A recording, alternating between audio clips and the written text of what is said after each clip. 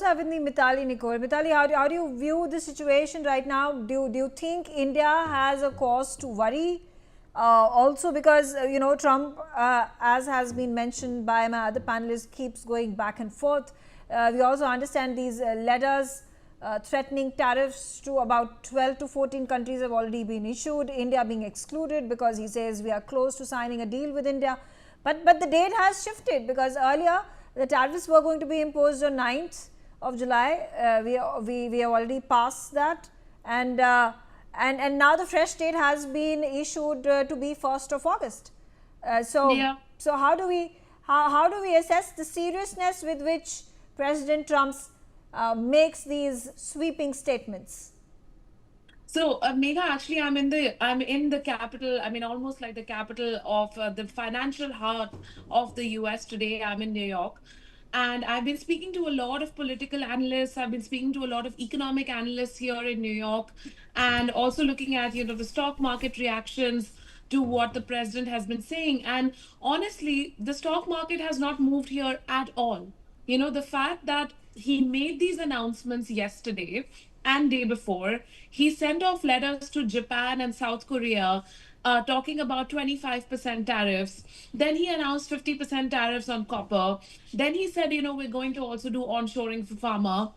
And there has been no movement at all in the FTSE 100. The FTSE 100 is continuing as it is. The Nasdaq is trading as it is. There's been no real jump or reduction in the stock market rates. Now, that's because the stock markets and investors and analysts here have factored in the fact that he's going to come in, he's going to make sweeping statements, but nothing is actually going to happen. And that's the expectation of the markets here now, because they're not just taking it with a pinch of salt, they're taking it with grains and bags of salt when he is making these kind of statements. And when I look at, like Dr. Sharad Kore said, I've been going and actually like looking at the situation in terms of cost of living here in the US.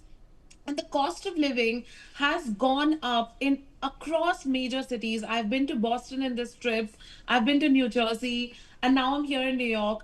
And everywhere you go to a normal grocery store, and you see that the cost of living, the cost of basic items like eggs, milk, your everyday items has gone up almost between 10 to 15% in just the last 1 year. And people are talking about how hard it is for them, on an everyday basis to just survive.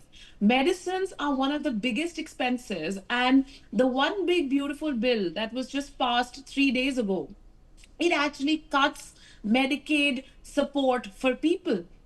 People have to prove that they're working for 80 hours a month, either working or studying or volunteering in government approved activities in order to access Medicaid.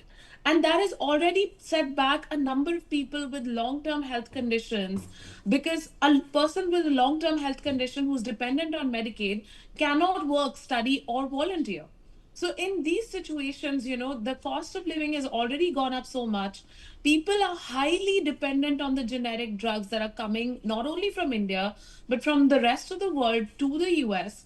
People are dependent on, Indian food items. People are importing, in many of the grocery stores that I visited, people are importing processed food items from India. People are importing textiles from India, huge number of textiles, cheap textiles, like basic, clothing items. I'm not talking about like, so, in this situation, the trade deal is much more beneficial for the US than for India. We can find other markets, but they need us as a supplier. Okay.